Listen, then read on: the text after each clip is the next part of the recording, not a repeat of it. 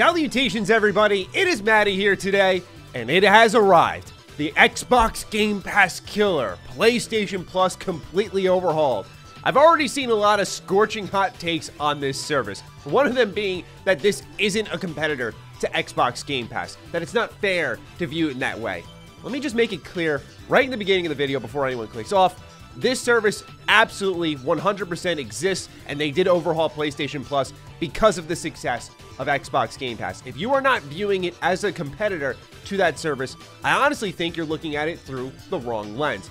That's how I'm going to be taking a look at it, because I think it's important we're critical of a brand new service standing toe-to-toe with what is widely considered the, and I'm quoting this, best service in gaming. So with that, we have 3 tiers to go through, an interview with Jim Ryan afterwards, because I'm very fascinated by some choices PlayStation has made, the price points, where they're putting things in tiers, and it is unfortunate for them because a lot of this has already leaked, and some things that we've already been told about this service are very much true, where I think a lot of the excitement has come and gone for PlayStation, and I do think that sucks for them because it does make it where more people are very critical because we already knew what this thing was effectively. But now it's written in stone, we know officially what it is. Let's talk about it. If you're new here, you're into gaming conversations, consider subscribing. Let's talk about PlayStation Plus, which has 3 tiers now. So let's dive right into the details. PlayStation Plus Essential is the first tier option, and these benefits are the very same that PS Plus members are receiving today, which are 2 monthly downloadable games, exclusive discounts, cloud storage for saved games, online multiplayer access, and there are no changes for existing PlayStation Plus members in this tier, which is going for $10 a month. After that, there's PlayStation Plus Extra, a second tier. The benefits are the same from the Essential tier, plus adding a catalog of over 400 of the most enjoyable PS4 and PS5 games, including blockbuster hits from our own PlayStation Studios catalog and third-party partners. Games in the Extra tier are downloadable for play. This is going for $15 a month. Let's hit a timeout there. So specifically, they're talking about PS4 and PS5. They're saying they're downloadable, 15 bucks a month. Not too bad here, but I think they go way too light across this entire PlayStation blog on all the details. For example, when you read hits from our PlayStation Studios, I think a lot of people interpreted this as like day one games from PS Studios entering the service, because that is the precedent that Game Pass has set with its day one releases.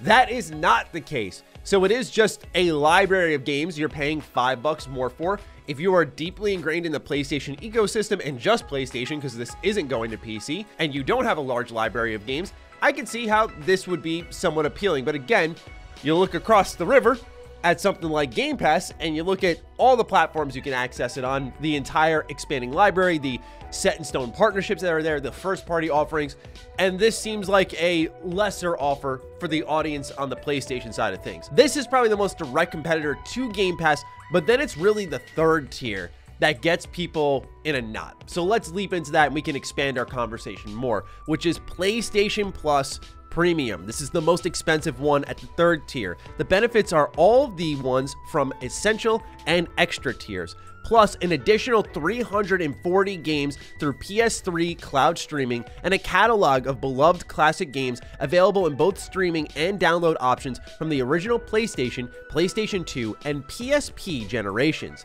It offers cloud streaming access for original PlayStation, PS2, PSP, and PS4 games offered in the Extra and Premium tiers in the markets where PlayStation Now is currently available. Customers can stream games using PS4 and PS5 consoles and PC. The price for this is $18 a month, which puts it right above Xbox Game Pass, which is a very dangerous play to make. Let's stop there and talk about what is, to me, a really fascinating tier that if they just kept it at 2 tiers, like your standard PS Plus Essential and then your Extra or Premium tier at 15 bucks a month, I do think that if they squeeze that down, this would be a totally different conversation. But now the perks are all over the place, and when you look at the Premium tier, I think the most underwhelming thing for all of us that we're feeling deep in our souls is that PS3 games are still on cloud streaming. what we wanted more than anything, and what I was hoping PlayStation would do, because Xbox has made it clear they're done with their back compat initiative. PlayStation had the biggest opening to say, let's kick down the doors on back compat, gain some really significant goodwill here, and have a plethora of older games available on our newest console. That may not be the largest return on investment, but I think it adds a ton of value to your service when you have everything like Xbox has, both old and new, from, say, your first parties. Saying that you have all of the Resistance games in your service, by the way, downloadable, I'm saying, because I imagine, say, the Resistance games will be available in this service, but they'll be streamable. And I think that with the PS Now tech, which has improved over the years, is not quite there yet on the level of Xbox Cloud Gaming, where I think, as someone who played it a couple months ago, this isn't me just shooting from the hip here, like I know a lot of people are going to assume, but as someone who messed around with it a couple months ago, because I do a lot of retro rebound videos, I go back to these older PlayStation games, I want to capture them in the best possible quality, and I want to see what it's like when I'm streaming it on a current console versus going back with my older capture hardware and playing it on the older consoles. And yeah, sometimes PS Now is extremely laggy, whether it's here in my studio space where I have Fios, which is some of the best internet you can get, or at my home internet, which isn't as good. It's just a pretty inconsistent service here. Now, PlayStation did announce they were teaming up with Microsoft to use their Azure server tech, and I would imagine it would be for something like this service here, but this is effectively putting PS Now into PS Plus, nothing more, nothing less. What is exciting, but again, I think takes some of the excitement out of the room, is because we can't tell without more details what's going on with the PlayStation 2, PlayStation P, original PlayStation games. How many of these are downloadable? For those who are experienced in the PlayStation Store, you'll know there are already PS2 games. You can get the older GTA games, you can get the Bully games, Manhunt, you can find Star Wars Bounty Hunter. There are a random selection of PlayStation 2 games that you can download, Dark Cloud being another one, that will be available in this service. That's cool. Now, what I'm thinking about is PlayStation's ability to get games like, I think of Crisis Core right away. Crisis Core is a game that's just buried on the PlayStation Portable, and I would love to see more people play it. Valkyrie Profile Lenneth, another one that I would love to see people get their hands on. Will these be downloadable? I don't know how they would figure that out, but not the PS3. That's me being optimistic here. Will those be downloadable? That's where you give room to create hype. But for me, this is such a surface level announcement, not even because we already knew a lot of this stuff, but it's just seeming like there isn't enough details there on the most important thing you'll be paying for, the games. They seem like they have no problem telling you what will be there streaming wise, what the size of the library will be, but you could offer me 400 games worth of shovelware, honestly. I think of these consoles I've bought for Retro Rebound, which have 500 games. I bought the cartridges that have 200 games in one cartridge, and you look through all of them, the first like 10, 15 games are really solid, and then you get into a ton of shovelware. I don't expect that for PlayStation, but for me personally, numbers don't hit. It's the content, it's the defined content at that will land for consumers, and I think make these price points justifiable. I think 18 bucks a month is pretty ballsy to come out and do, even if it's just $3 more, because again, you just look at Xbox Game Pass,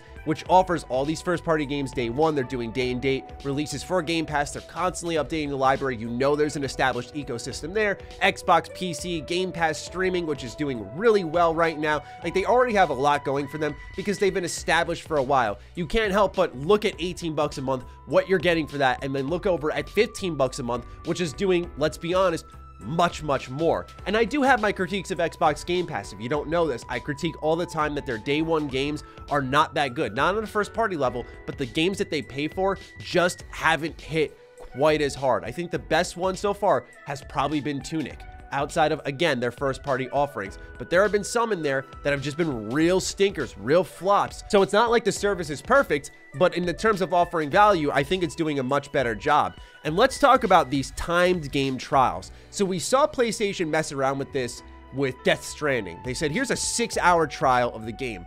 Now, again, they don't specify. They just say that these will be offered in this tier so customers can try select games before they buy. If they went every first-party PlayStation game, God of War Ragnarok, Horizon Forbidden West, the new Returnal expansion, you can play all of these for a couple of hours before deciding to purchase. I think that is a happy medium of PlayStation keeping their very premium allure of their subscription service, at the same time as giving fans a little something to try out and see if they want to buy it, right? They're still going to end up buying it. They're not quite giving it away like Game Pass, but in my eyes, you should never be paying for demos, and you should never be paying for backwards compatibility. This is a Nintendo Switch Online move, and if I have any true problem with this service, it is that right there. Backwards compatibility should not be something you pay for. You should not pay for an older library of games. You should pay for the game itself that you can then put in the console or download it, but you should not be paying for a tier in a subscription service to access older games. And especially for newer games, you shouldn't have to be paying, at this point, 18 bucks a month to know about select games that PlayStation isn't communicating yet. Again, a lot of this can be clarified down the line and perspectives can change, where maybe I'll be a little more receptive of this service. But I take the biggest issue with the premium branch here, because if they squeeze that down into the extra price tag, 15 bucks a month, with everything that is there in premium, I think it's a little bit easier to stomach. But the way they've segmented it, the way they put back compat in the highest tier, they know what fans want. And when you look at what happened with the PS3 and PS Vita stores, what they were doing to shut that down, oh, the PSP store, by the way, then you look at this, they're doing exactly what Nintendo did for the Nintendo 3DS Virtual Store, where they were shutting down Virtual Console. They were not letting you buy these games anymore because they wanted you to go straight to the subscription service for recurrent revenue. If you are a diehard PlayStation fan, I don't know what else to tell you other than open your goddamn eyes, because that's exactly what's happening here. And if you think it's just a PlayStation problem, no. Go again, watch Retro Rebound. I have a video called literally Nintendo Does Not Care About You. And I probably should have posted it here on this channel, but in the heat of the moment, I was thinking this is more Nintendo retro based. Let's talk about it over there. But there's a video there cranking on Nintendo for the same exact thing. So if you come in my building and you start telling me that I'm doing this because I'm an Xbox fanboy, you are intentionally missing the point here. So that's the information we've got on the tiers. There's a little bit more afterwards on when we can expect more information. The blog reads, the new extra and premium tiers represent a major evolution for PlayStation Plus. With all these tiers, our key focus is to ensure that the hundreds of games we offer will be the best quality content that sets us apart. At launch, we plan to include titles such as Death Stranding, God of War 1, Marvel's Spider-Man, Marvel's Spider-Man Miles Morales, Mortal Kombat 11, and Returnal. We're working closely with our imaginative developers from PlayStation Studios and third-party partners to include some of the best gaming experiences available, with a library that will be regularly refreshed. More details to come on the games we'll have on our new PlayStation Plus service. When the new PlayStation Plus service launches, PlayStation Now will transition into the new PlayStation Plus offering and will no longer be available as a standalone service. PS Now customers will migrate over to PS Plus Premium with no increase to their current subscription fees at launch, which I do like. As this is a massive launch effort, we're rolling out the new PlayStation Plus offering in a phased regional approach. In the June timeframe, we'll begin with an initial launch in several markets in Asia, followed by North America, Europe, and the rest of the world where PlayStation Plus is offered. We aim to have the most PlayStation Network territories live with our new PS Plus game subscription service by the end of the first half of 2022. We also plan to expand our cloud streaming benefit to additional markets, and we will provide more details at a later date. This brings me to, just briefly here, and we'll continue on with the Jim Ryan interview, another problem I have. There clearly needs to be more details here, in my opinion. If you're going to announce something this big of a change to a subscription service and you're going to increase prices, you need more details. If you're not doing this right away, sort of like a splash, see you in a couple of weeks, then why are you announcing it now? Why now? Wait till there's more details, because I think they've put themselves in a bit of a hole here. Now, the rumor is, at the time of recording this, that there are more announcements. So perhaps they're juggling all those and they're like, this is just the right time for PlayStation Plus Premium. Okay, sure. But again, I just think details are too scarce here for what is a pretty significant overhaul to the service.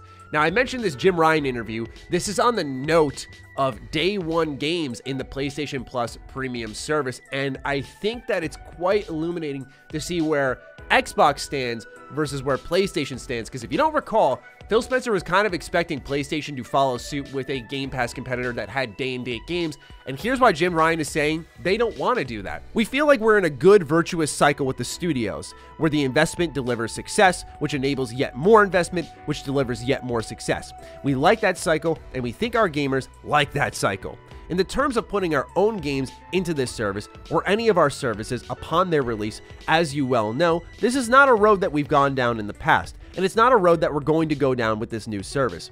We feel if we were to do that, the games that we make at PlayStation Studios, that virtuous cycle would be broken. The level of investment that we need to make in our studios would not be possible, and we think the knock-on effect on the quality of our games that we make would not be something that gamers want.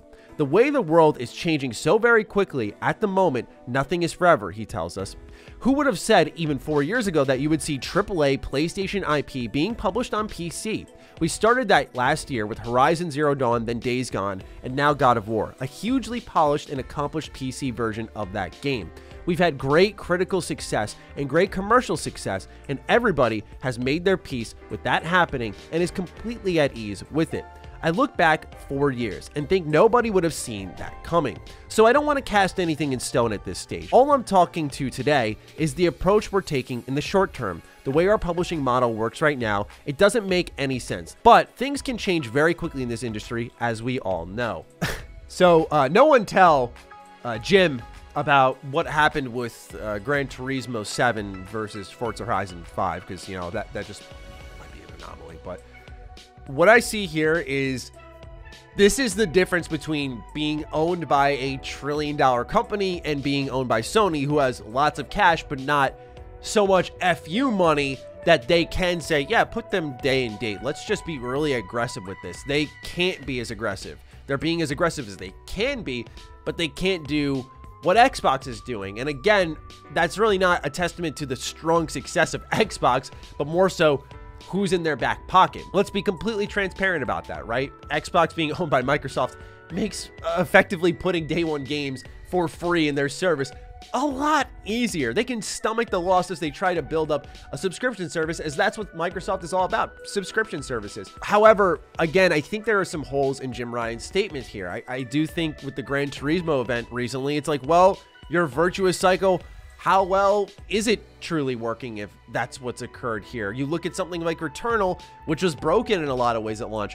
How well is that working? Ratchet & Clank Rift Apart, I liked. I didn't love it as much as the 2016 remake, but Ratchet & Clank Rift Apart was really buggy. It's still something that I think PlayStation never wants to remove that premium feeling about their service right now, right? They don't want to remove the people who are willing, by the way, to pay 60, 70 bucks. And for those who were expecting day-and-date games in this service, I personally never did expect it. I don't know why anyone would when you have this company charging you for next-gen upgrades. They're just not ready to make that leap, and I don't know if they ever will be. I don't know what would make them want to do something like day-and-date games. I think them just saying, hey, it's never set in stone, you never know, is enough to get the heat off their back, because I don't know why they would suddenly start going, yeah, let's start giving these games away. Why not? Sure. I don't know why they would just leap right into that unless Xbox continues to absolutely kill it and runs ahead of them, where then PlayStation has to get competitive. That could be the thing that forces their hand. But again, this is where I think PlayStation has faltered this generation, as they have had a really good year.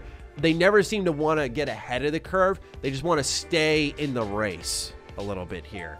And they're not really saying, well, let's be proactive and set the new standard and put Xbox on their heels. Instead, they price themselves out of Game Pass. They chop up the tiers in a bunch of weird ways. They put back compat in the highest tier when it should probably be the lowest one, honestly. And they do just a mess of things here. So overall, I think this is a service worth being critical of. Not even with Game Pass existing. I just think, again, this reminds me way too much of Nintendo Switch Online.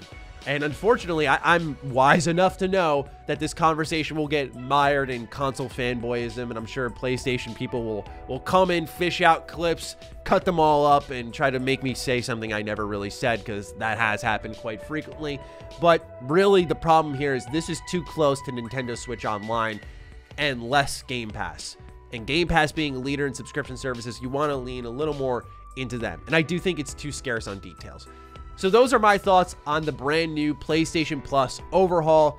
What do you think about it in the comments down below? I'm looking forward to seeing your thoughts. Please do fire away. Other than that, follow me on Twitter, follow me on Instagram. Those links are in the description down below. And a big thank you to all the patrons, all the members who continue to support the hell out of the content here. Stay sexy, stay active. I love you all. Peace.